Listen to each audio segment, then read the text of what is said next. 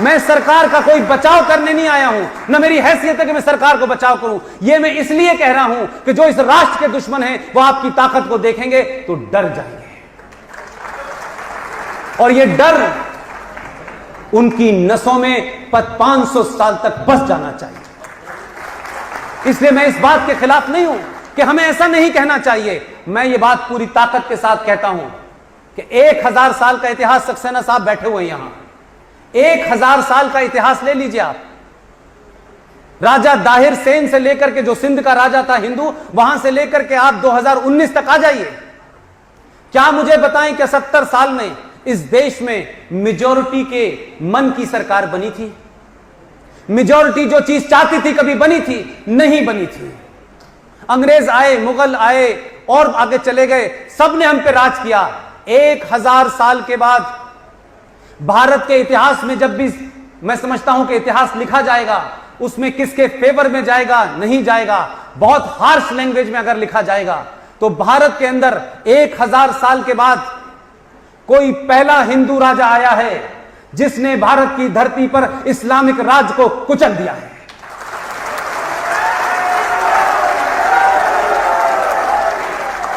उस राज्य के कारण इस देश में हजारों घाव दिए गए, 3 जंगें लड़ी गईं, 40 साल से हजारों फौजी मारे गए। इस देश के अंदर उस राज्य में उन धाराओं के चलते, उस व्यवस्था के चलते 70 साल से केंद्र सरकारें बौनों की तरह काम करती थी, घुटने झुक के बात करती थी। आप 1000 करोड़ रुपया देते थे, 10 लाख करोड़ रुपया देते थे, लेकिन उनका दिल नहीं भरता था, क्योंकि वहां एंटी करप्शन का लॉ ही लागू नहीं होता है। उन्होंने हर ऐसी चीज का इंतजाम कर रखा था जिसमें दिल्ली दखल न दे। आपकी कोर्ट बौनी हो जाती थी उनके सामने। यह बात अलग है कि जब कोई थोड़ा सा बदलाव होता है तो आपकी कोर्ट के चीफ जस्टिस को पहली बार यह इल्म हुआ, और मेरा स्ट्रॉन्ग ऑब्जेक्शन है इसके ऊपर, कि यही हिंदुस्तान की सुप्रीम कोर्ट, चीफ जस्टिस तो पहले भी हुए थे। किस चीफ जस्टिस ने कभी यह कहा कि 1984 में दिल्ली की सड़कों पर सनातन संस्कृति को जिन्होंने बचाया पिछले कई 100 सालों से, उनकी जब हत्या हो रही थी तो किसी चीफ जस्टिस ने कहा कि मैं जाके देखूंगा कि मौके पे क्या हुआ है? ये चीफ जस्टिस कश्मीर जा रहे थे, कश्मीर में जाके देखना चाहते थे क्या हालात हैं। ये कौन सी जुडिशरी है? आप कहिए कि आपके दिल में कुछ और है, कोट कुछ और पहन रखा है आपने। आप कहिए साफ साफ, अपना कोट उतारिए। जैसे आपके खानदान में लोग पॉलिटिक्स में आए थे, आप भी पॉलिटिक्स कीजिए, लेकिन इस कोट का भ्रम रखिए, इस कोर्ट की इज्जत रखिए। यह अच्छा है बुरा है, मेजॉरिटी फिर भी इसके ऊपर यकीन करती है, फिर भी मेजॉरिटी मानती है। इस सब के बावजूद कि आप उनके हर संस्थाओं को डिमोलिश करने में लगे हुए हैं। आपने अयप्पा में 1000 साल की तमाम उस परंपरा को तोड़ दिया जिसका आपसे कोई लेना देना नहीं था। लेकिन एक गरीब, एक छोटे से वकील ने, उसने सिर्फ कोर्ट में जाकर यह कहा कि जज साहब, जो जेंडर जस्टिस आपको अयप्पा में चाहिए था, मुझे जेंडर जस्टिस मस्जिद में चाहिए। मैं चाहता हूं कि मुसलमान औरत और मुसलमान मर्द एक साथ मस्जिद में नमाज पढ़े। जज साहब ने उससे सवाल क्या किया, यह बात आपको पता होनी चाहिए। जस्टिस ने उससे सवाल किया, you are not a party. उसका नाम था अश्विनी उपाध्याय। आप पार्टी नहीं है, लिहाजा ये नहीं उठा सकते। तो अयप्पा में कौन पार्टी था जिसके कहने से आपने PIL दाखिल की और रोजमर्रा पे सुनवाई करते हुए 1000 साल की उस परंपरा को आपने भंग कर दिया? आप चले जाएंगे, वो परंपरा रहेगी, लेकिन आपने भंग किया। तो यह मत कहिए कि आपने काला कोट पहन लिया तो आप दुनिया के सबसे ईमानदार आदमी हैं। अगर इस देश में हर एक के ऊपर स्क्रूटनी हो सकती है, लोकतंत्र के हर स्तंभ के ऊपर स्क्रूटनी हो सकती है, तो जुडिशरी पे क्यों नहीं हो सकती? क्यों नहीं होनी चाहिए? क्यों नहीं हम सवाल पूछ सकते हैं? लेकिन हो यह रहा है कि इस देश में सारे संस्थान सरकार डिविजन हो गए हैं कि सरकार में कौन कैसा बैठा है, लिहाजा सरकार में तो अब कोई और बैठा है। इसलिए डे टू डे सुनवाई हो रही है। जल्दी करो, रिटायरमेंट पास आ रहा है और मुश्किल ना बढ़ जाए। मैं कहता हूं कि अगर राजनीति का यही नियम है, यही नियम है राजनीति का, और जो लोग कहते हैं कि हमें सच बोलना चाहिए, सच भी बड़ा सेलेक्टिव है, सच भी बड़ा सब्जेक्टिव है। आप अपने आपको कुछ फायदा लेने के लिए झूठ बोले तो मैं कहता हूं पाप है। लेकिन राष्ट्र को बचाने के लिए अगर झूठ बोलना पड़े तो वो झूठ नहीं मानता मैं, क्योंकि आप राष्ट्र को बचा रहे हैं, अपने आप को नहीं बचा रहे। लिहाजा क्या सही है क्या सही नहीं है, इस गफलत में पड़ेंगे तो फिर आप कुछ नहीं कर पाएंगे। व्यवस्था 70 साल में ऐसी क्रिएट की गई है कि आप किसी बात को सच कह ही नहीं सकते, वो सच ही समझ में नहीं आएगा आपके क्या है। लिहाजा जिस आदर्शवाद के चलते आपके शहर के मेंबर ऑफ पार्लियामेंट यहां बैठे हैं, ऑडियंस में बैठे हैं, यह बड़ी बात है कि जिन लोगों को माइक पे होते हुए देखते हैं आप, जब वो नीचे बैठने लगे तो समझ लीजिए कि व्यवस्था ठीक हो रही है। वो मान लीजिए और खामोशी से आए और चुपचाप पीछे खाली कुर्सी पे बैठ जाएं और किसी को यह एहसास न कराएं कि मैं यहां का मेंबर ऑफ पार्लियामेंट हूं, मुझे वहां जाना है, तो आप यकीन मानिए कि यह देश सही रास्ते पे जा रहा है। लेकिन इस सब में आपकी भूमिका महत्वपूर्ण है, आप महत्वपूर्ण हैं।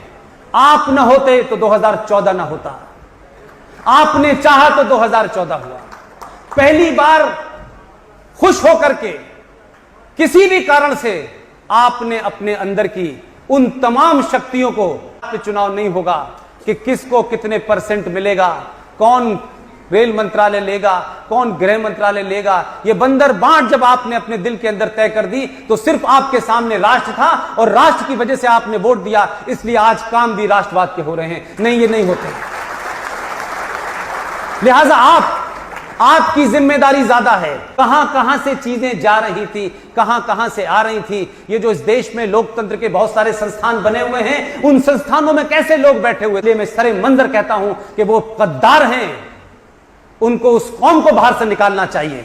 वो बेनकाब कीजिए, चाहे उनका पद इतना बड़ा हो कि वो एयर मार्शल भी रहे हो, तब भी वो हमारे नहीं है। अगर आप एयर मार्शल हैं तो यह आपको इस बात की इजाजत नहीं देता कि आप राष्ट्र के खिलाफ कोई काम करें और हम आपकी इज्जत करें। नो, आप चौराहों पे घेरिए ऐसे लोगों को कि जो संकट हैं। आपने पहली बार 5000 साल में और इस 1000 साल के दौर में पहली बार अपनी ताकत का मुजाहिरा किया है, डिमॉन्स्ट्रेशन किया है। तो आप क्या समझ रहे हैं कि इसके बाद लोग परेशान नहीं होंगे, इसके बाद लोग रणनीति नहीं बनाएंगे, इसके बाद हालात खराब नहीं करेंगे। जगह जगह हालात बिगाड़ने की तैयारी बहुत की गई है, क्योंकि उनको मालूम है कि इस वक्त ये करने से दुनिया में मैसेज कुछ और जाएगा। लिहाजा कुछ लोग समझते हैं वो ऐसे ही घूम रहा है, उनकी समझ में नहीं आया। उनको 6 तारीख को पता चला जब रशिया से लेके अमेरिका और अमेरिका से लेके सऊदी अरब और दुबई ने भी कहा कि जो इन्होंने किया है वो ठीक किया है, पाकिस्तान आप गलत कर रहे हैं, चुप रहिए। घूमने से बहुत फायदा होता है, अगर आप सुबह सुबह घूमते हैं तो सेहत ठीक रहती है, और देश की सेहत ठीक करने के लिए बाहर भी घूमना चाहिए कभी कभी। तो जो काम उसका है वो कर रहा है, लेकिन आपकी जिम्मेदारी 1000 गुना है। आप सोचें कि रोहिंग्याओं के लिए, जिनसे खून का रिश्ता नहीं है, जिनसे भाई भतीजेवाद का रिश्ता नहीं है, उनको बसाने के लिए आजाद मैदान में आप आग लगा सकते हैं। आप सेना के शौर्य का जो स्मारक बना था उसे तोड़ सकते हैं, लेकिन आप मुझे बताएं किसी गली से, किसी मोहल्ले से ईमान वाले लोग जो सुबह से लेकर शाम तक ईमान की बात करते हैं, नमाज पढ़ने से पहले नियत बांधनी होती है, ईमान की बात करते हैं, एक ने भी खड़े होकर के ये कहा कि पिछले 70 साल से हिंदू पंडितों के साथ जुल्म और ज्यादती हुई है, उनकी मजम्मत की जानी चाहिए, हम उनके साथ खड़े हैं और हम इस धारा के हटने का इस्तकबाल करते, एक नहीं मिला आपको। दर्द गहरा है, क्योंकि जो स्टेट तैयार की गई थी, जिसका रूप पूरे भारत में हो रहा था, आप ही के उत्तर प्रदेश से, इसी ईस्टर्न यूपी से, इसी बिहार से 25 से ज्यादा मौलवी गए थे, जिन्होंने श्रीनगर की मस्जिदों के अंदर जहर भरे नारे लगाए, और उसके बाद यह इतना बड़ा हादसा हुआ कि पूरी दुनिया में इससे बड़ा जिनोसाइड मैंने नहीं देखा, और ये जिनोसाइड हो गया और इस पे लोग खामोश हैं। यहां बीजेपी के मेंबर ऑफ पार्लियामेंट बैठे हैं। मैं 3-4 दिन पहले गुजरात में था, वहां इत्तेफाक से डाइस पे 3 मेंबर ऑफ पार्लियामेंट बैठे हुए थे। मैं उनके सामने भी यही बात दोहरा रहा हूं और इनके सामने भी दोहरा रहा हूं, और इनके पीछे आप लोग लग जाइएगा। देखिए, मतलब लगने का मतलब ये नहीं होगा आप उन विचारों के साथ ही यह बात इनसे बार बार पूछिएगा, बार बार पूछिएगा। अगर भारतीय जनता पार्टी, अगर उसकी नीयत साफ है, जो कि अभी तक दिखती है, इसलिए कोई शक नहीं है, लेकिन अपनी बात कहने के लिए कह रहा हूं मैं, भारतीय जनता पार्टी की सरकार और भारतीय जनता पार्टी, इतिहास ने एक मौका दिया है इनको, पूरी ताकत दी है। जितनी ताकत पार्लियामेंट के अंदर है, उससे कई करोड़ों गुना देश की इनके साथ ताकत है।